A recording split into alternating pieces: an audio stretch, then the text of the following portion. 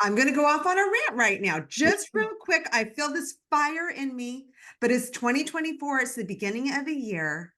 And I'm so tired of opening the newspaper in the morning or, my online newspaper and reading the headlines and being pissed off.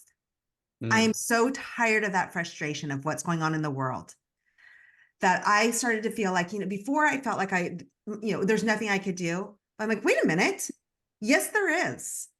We have this community of business women, right? Entrepreneurs. And I know for a fact, this is proven, that when women are successful, they turn around and they put their money back into their children. They invest in their children and their communities. And so I am taking this on for 2024 to make a bigger impact for women and bring more in and really help us play bigger.